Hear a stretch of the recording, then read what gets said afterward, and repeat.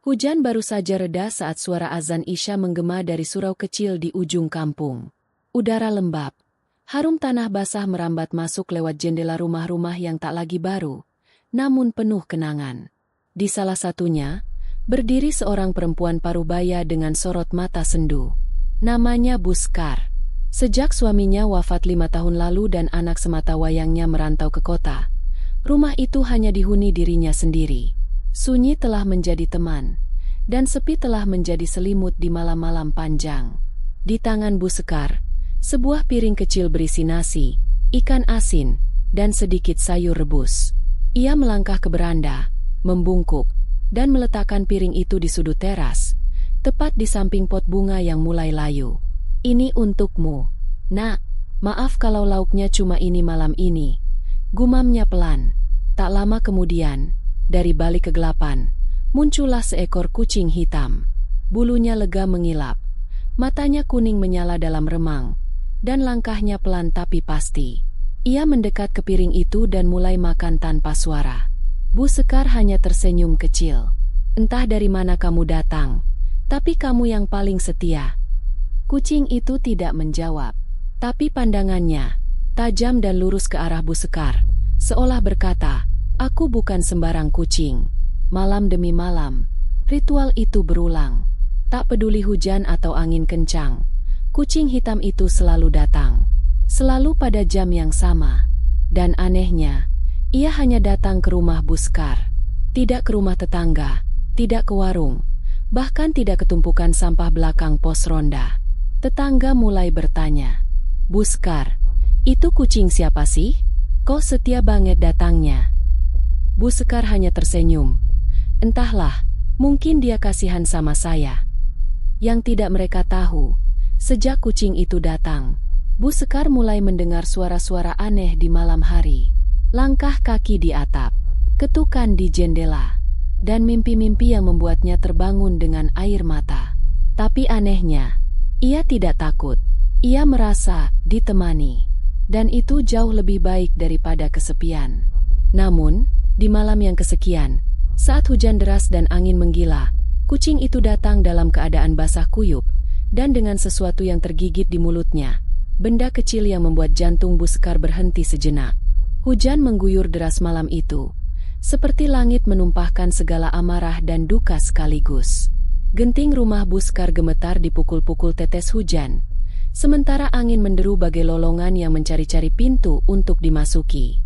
Di antara suara alam yang mengamuk, terdengar lagi langkah lembut di atas beranda.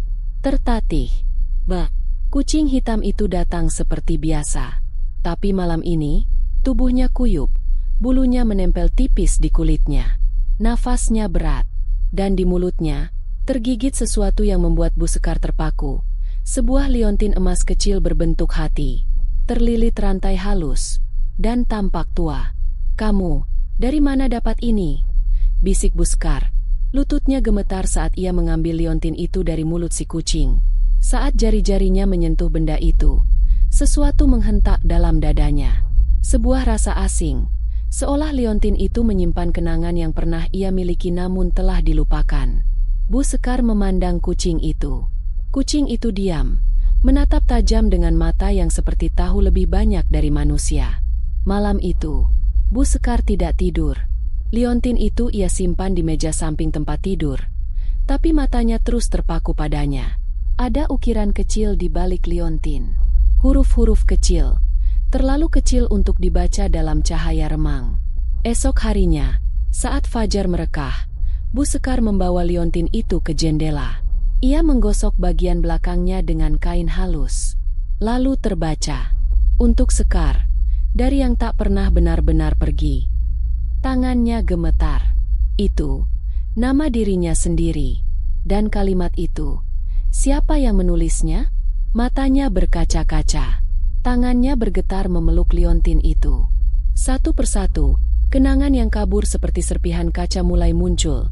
Sebuah kalung, hadiah, dan seseorang yang memberikan kalimat itu padanya.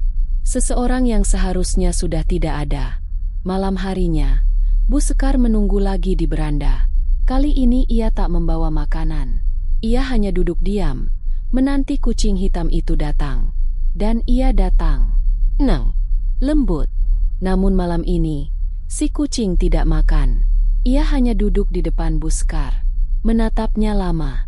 Lalu, berbalik dan berjalan pergi. Bu Sekar mengikutinya.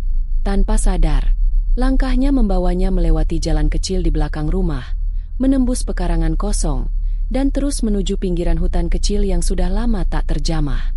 Dan di sanalah ia berhenti. Di sebuah tempat yang membuat tubuh Bu Sekar membeku.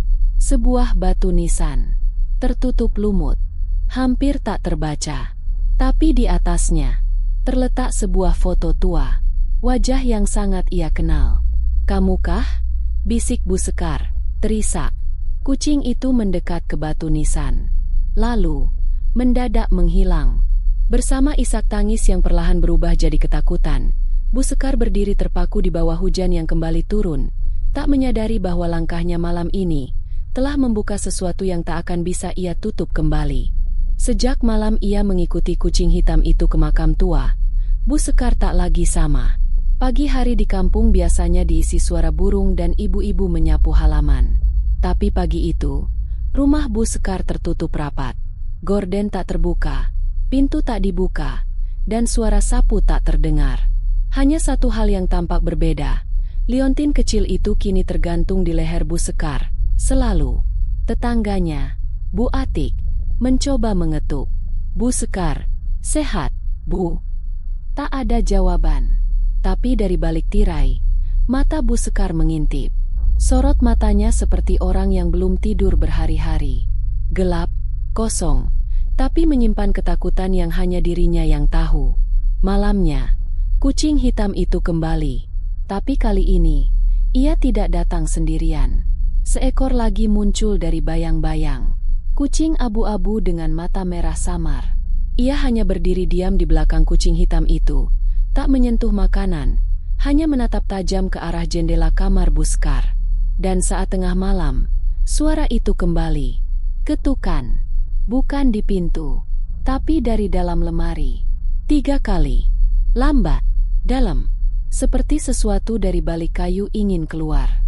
Bu Sekar terbangun, tubuhnya kaku. Ia menggenggam liontin di lehernya erat-erat, mencoba membaca doa yang dulu diajarkan ibunya. Tapi ketukan itu berubah menjadi suara rintihan. "Sekar, Sekar, aku di sini." Suara lelaki, serak, dalam, terlalu dekat untuk dianggap angin. Terlalu nyata untuk dikira mimpi. Bu Sekar menjerit, tapi suaranya tak keluar. Keesokan paginya, Bu Ati kembali datang, melihat Bu Sekar duduk termenung di beranda dengan mata sembab. Aku mulai melihat hal-hal aneh." "Tik," bisiknya. Bu Atik memegang tangan sahabatnya itu. "Itu kucing, Bu. Jangan terlalu dipercaya. Kadang mereka jadi jelmaan." Bu Sekar memandangnya dengan pandangan kosong. Kalau dia bukan jelmaan, tapi pembawa pesan. Bu Atik diam. Ia tahu, di desa ini, kata pembawa pesan bukan kata biasa. Itu adalah kata yang sering dikaitkan dengan penyambung dunia manusia dan alam lain. Dan jika itu benar, kucing itu bukan sembarang kucing. Dan liontin itu bukan sekadar kenangan. Di malam ketiga, Bu Sekar mendengar sesuatu jatuh di dapur. Saat ia menghampiri, ia menemukan piring-piring yang ia gunakan untuk memberi makan si kucing, pecah semua. Dan di tengah pecahan itu, seekor tikus mati, tanpa luka, tanpa darah, hanya mata yang terbuka lebar dan mulut menganga ketakutan. Di dinding, tergores sesuatu. Bukan tinta, bukan kapur, tapi cakar. Dan bentuknya membentuk satu kata. Pulang. Angin dingin menerobos celah-celah dinding kayu rumah tua itu. Di luar, langit gelap meski jam baru menunjukkan pukul 5 sore. Langit desa seperti diselimuti sesuatu yang tak terlihat, sesuatu yang menekan, berat, dan tak ramah. Bu Sekar berdiri di depan lemari tua di kamarnya. Lemari kayu jati itu sudah ada sejak ia kecil. Berisi pakaian, album foto lama, dan barang-barang yang jarang ia sentuh. Tapi sejak 3 malam terakhir, dari sanalah suara-suara itu berasal. Ketukan, rintihan, bisikan. Ia menatap liontin yang tergantung di cermin lemari. Liontin itu seolah bergetar halus, seperti bereaksi terhadap sesuatu di dekatnya. Lalu, suara itu datang lagi. Sekar, sudah saatnya. Buka, buka, Sekar. Tangannya mulai bergerak. Perlahan, jari-jarinya menyentuh gagang lemari. Tiba-tiba, bruk, pintu rumah diketuk keras dari luar. Bu Sekar tersentak. Bu Sekar, buka. Ini saya, Bu Atik. Ia berlari ke depan, membuka pintu. Bu Atik berdiri di depan rumah. Napasnya memburu. Di belakangnya, dua pemuda kampung berdiri dengan wajah cemas.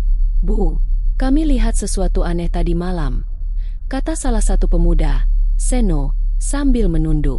Apa maksudnya? Tanya Bu Sekar. Seno ragu, lalu berkata pelan. Kami lihat seekor kucing hitam, besar sekali, berdiri di depan makam Pak Wira. Tapi badannya seperti manusia, lehernya membawa liontin. Bu Sekar membeku. Pak Wira, itu nama mendiang suaminya. Waktu kami dekati, dia hilang, Bu. Tapi kami curiga, ini ada hubungannya sama Bu Sekar. Bu Atik memegang tangan Bu Sekar. Saya tahu ini berat, tapi Bu harus jujur. Apa yang terjadi di rumah ini? Bu Sekar menunduk. Matanya berkaca-kaca. Saya tidak tahu, tapi dia datang setiap malam. Dan suara itu, dari lemari, suaranya seperti almarhum Wira. Ketiganya saling berpandangan. Bu Atik akhirnya berkata, kalau memang ini ada yang tidak beres, mungkin sudah saatnya kita panggil orang pintar. Tapi Bu Sekar menggeleng. Tidak, aku ingin tahu, kenapa dia datang kembali. Malam itu, ia kembali berdiri di depan lemari.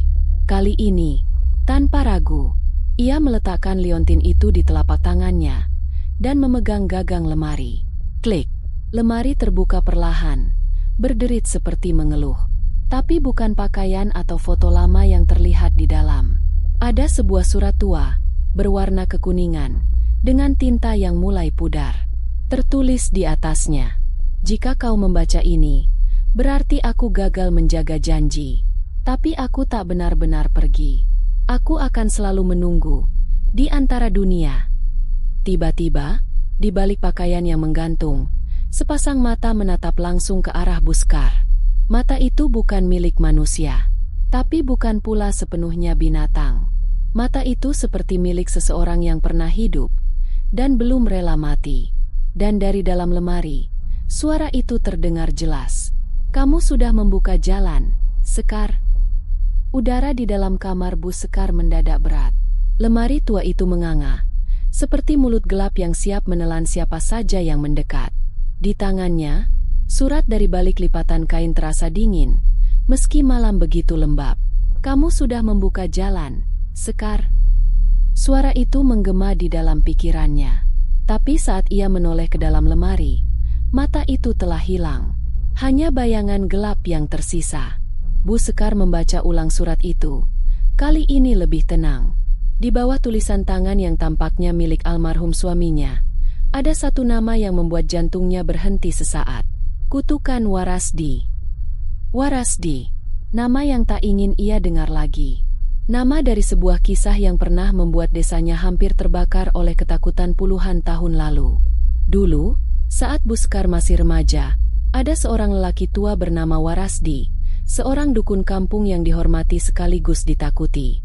Ia tinggal di rumah paling ujung desa, dan konon punya peliharaan seekor kucing hitam yang tak pernah berbunyi, tak pernah bersuara, namun tahu segalanya. Warasdi dikenal bisa menyembuhkan, tapi juga bisa mengirim.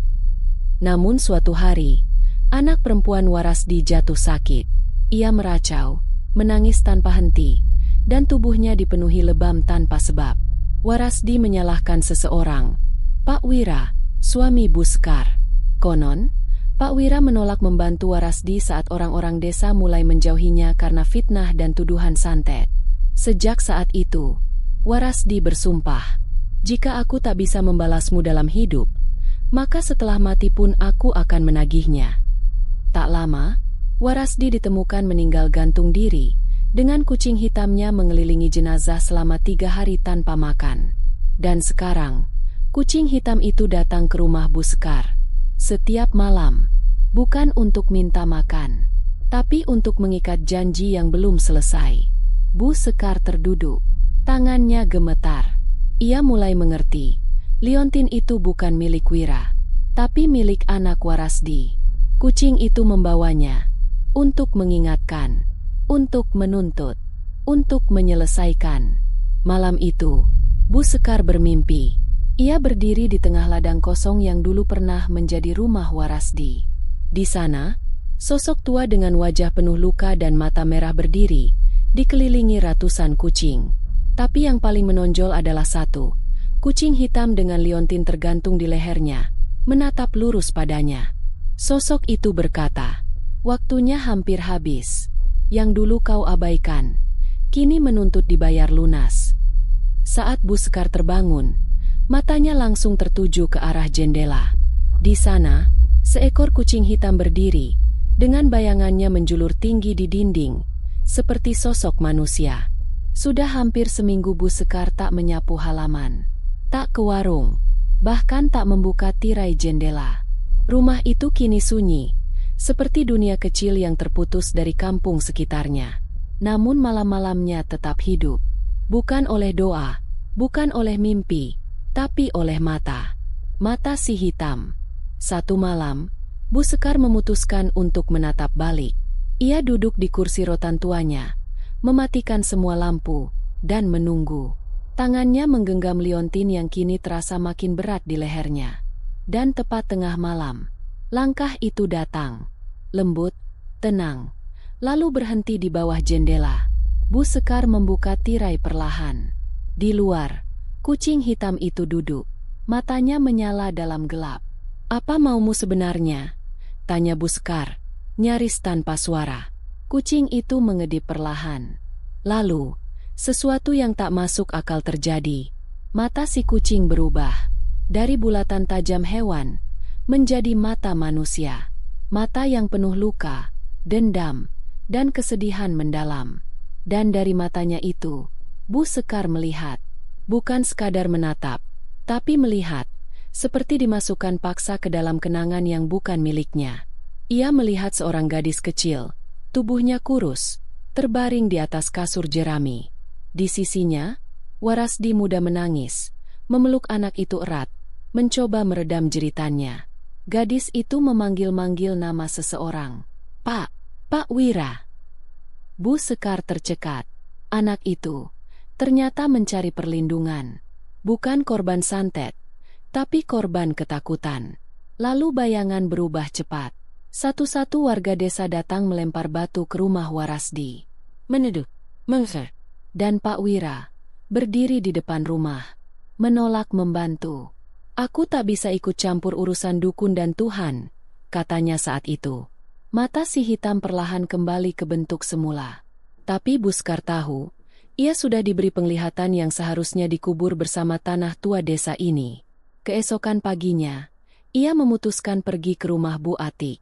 Tapi baru beberapa langkah dari rumah, ia melihat sekelompok orang berkumpul di tepi desa. Ia mendekat. Seekor kucing abu-abu ditemukan mati tergantung di pohon pisang, dengan mata terbuka lebar.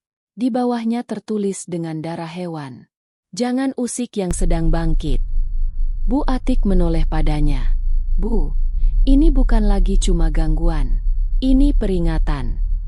Bu Sekar memejamkan mata. Masa lalu sudah terbuka. Dan sekarang, warisan itu mulai menuntut balas. Langit malam tampak gelap dan padat, seperti menahan sesuatu yang besar di balik awannya. Malam Jumat itu, Bu Sekar dan Bu Atik duduk bersimpuh di dalam rumah, menunggu seseorang. Dia bukan orang biasa. Namanya Mbah Suparjo. Usianya sudah lebih dari 80, tapi pandangannya masih tajam, dan langkahnya tak pernah ragu. Ia datang dengan satu syarat. Kalau kau ingin jawaban, kau harus siap kehilangan. Sebelum mulai, Mbah Suparjo mengelilingi rumah Bu Sekar dengan serbuk hitam dan daun kelor. Lalu ia duduk, menyalakan dupa, dan membaca doa-doa dalam bahasa Jawa kuno yang membuat udara terasa tebal, seperti napas dunia berhenti sejenak. Jam menunjukkan pukul 12 malam. Tiba-tiba, suara kucing mengeong panjang terdengar dari atap. Lalu satu lagi dari belakang rumah. Lalu dari bawah lantai. Bukan satu, tapi puluhan. Suara itu bercampur dengan bunyi lirih seperti tangisan anak kecil. Tangisan dan tawa. Dia datang, bisik Mbah Suparjo. Dari dalam asap dupa, bayangan mulai membentuk. Sesosok lelaki tua, dengan kain kafan kotor dan mata merah darah.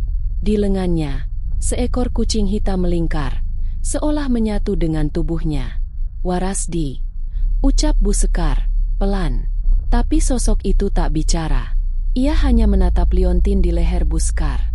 Mbah Suparjo lalu berkata keras, "Warasdi, apa yang kau inginkan?" Dan akhirnya, ia bersuara, "Janji belum ditepati, anak belum kembali." Tiba-tiba, tubuh Bu Sekar menggigil hebat, matanya membelalak, tangannya meraih kepala, seolah ada yang masuk ke dalam pikirannya. Dari mulutnya, keluar suara anak kecil, "Aku dingin, Pak. Aku ingin pulang." Semua yang ada di ruangan membeku. Bu Atik menangis. Mbah Suparjo menekan dada Bu Sekar dengan daun kelor, tapi tubuhnya makin kaku. Mbah Suparjo berseru, "Sekar, katakan kebenaranmu. Akui kesalahan yang belum terselesaikan." Dan dalam satu hentakan, Bu Sekar menangis keras. "Aku tahu anakmu bukan kerasukan. Tapi kami membiarkan desas-desus membunuhmu perlahan. Dan suamiku ikut diam. Kami biarkan kau mati sendiri, Warasdi." Asap dupa mendadak menghitam. Kucing-kucing berhenti mengeong. Sosok Warasdi perlahan memudar. Tapi mata si kucing hitam tetap menyala. Dan sebelum hilang sepenuhnya, suara Warasdi terdengar. "Kau sudah bicara, tapi belum menebus." Seketika itu, liontin di leher Bu Sekar terbelah dua, dan dari dalamnya jatuh sehelai rambut kecil, bukan rambut dewasa, tapi rambut anak-anak. Malam setelah ritual pemanggilan itu, Bu Sekar tak tidur. Liontin yang kini terbelah dua diletakkan di meja kecil dekat jendela. Rambut anak kecil yang jatuh dari dalamnya masih utuh, menghitam di satu sisi, seperti terbakar dari dalam. Bu Sekar tahu, ini bukan benda biasa. Ini adalah warisan. Bukti janji. Dan jika tidak dikembalikan, kutukan akan terus berpindah. Pagi harinya, Bu Sekar pergi ke rumah tua di ujung desa, rumah yang dulu dihuni Warasdi. Sekarang tempat itu kosong, penuh ilalang dan coretan anak-anak iseng. Tapi begitu ia melangkah ke dalam, udara berubah. Ada suara-suara. Gemerisik seperti anak kecil berlari, tawa yang mengambang di langit-langit. Dan tiba-tiba, pintu kamar di ujung rumah terbuka sendiri. Di dalamnya, hanya ada cermin tua. Bu Sekar mendekat. Bayangannya memantul, tapi bukan dirinya. Yang ia lihat adalah seorang anak perempuan duduk di lantai. Tubuhnya kecil, rambutnya mirip helai yang ia temukan dalam liontin. Anak itu menatap Bu Sekar. "Bu, aku nggak mau di sini terus." Air mata Bu Sekar jatuh. Ia berlutut, mengulurkan tangannya. "Aku tahu. Maafkan aku. Dulu kami tak pernah mendengar tangisanmu." Anak itu berdiri, perlahan berjalan mendekat. Dan saat tangannya menyentuh liontin, tubuhnya mulai bercahaya. "Kalau aku pergi, Mama nggak bisa ikut." Bu Sekar terdiam. "Tapi kalau aku tetap di sini, orang lain bakal kena." Cahaya mulai membesar. Udara bergemuruh. Tiba-tiba, suara Warasdi terdengar dari sudut ruangan. "Pilih, Sekar, tebus, atau turunkan." Bu Sekar menggenggam liontin itu erat. Ia tahu, jika ia membiarkan anak itu pergi, kutukan bisa selesai. Tapi sebagai gantinya, ia harus menggantikan posisi sang anak, terperangkap antara dua dunia, menjadi penjaga kutukan berikutnya. Namun jika ia menyerahkan liontin kepada orang lain, kutukan akan pindah ke siapapun yang menyentuhnya. Dan di saat yang genting itu, Bu Sekar hanya berkata pelan, "Ambil aku saja, aku yang bersalah." Liontin bersinar. Anak kecil itu tersenyum, lalu memudar dalam cahaya. Cermin pecah. Rumah tua itu berguncang. Dan saat semuanya berhenti, Bu Sekar menghilang. Beberapa hari kemudian, warga kampung menemukan rumah Warasdi bersih dan terang, seolah baru direnovasi. Tapi tak ada yang berani masuk. Mereka hanya menemukan satu hal. Seekor kucing hitam duduk di teras, menatap ke jalan. Di lehernya tergantung liontin yang utuh kembali. Dan setiap malam Jumat, orang-orang kadang melihat bayangan perempuan tua berjalan di sekitar rumah itu, memeluk sesuatu dalam pelukannya. Senyap, tapi tak pernah sendiri. Sudah 3 bulan sejak Bu Sekar menghilang. Desa Panawungan kembali tenang. Tak ada lagi tangisan di malam hari, tak ada kucing hitam mengendap di bawah jendela warga, dan rumah Warasdi, yang selama puluhan tahun dianggap sarang kutukan, tiba-tiba menjadi sunyi. Terlalu sunyi. Warga tak ada yang berani mendekat. Tapi mereka tahu, setiap malam Jumat, lampu rumah itu menyala sendiri. Padahal tak ada listrik terhubung ke sana.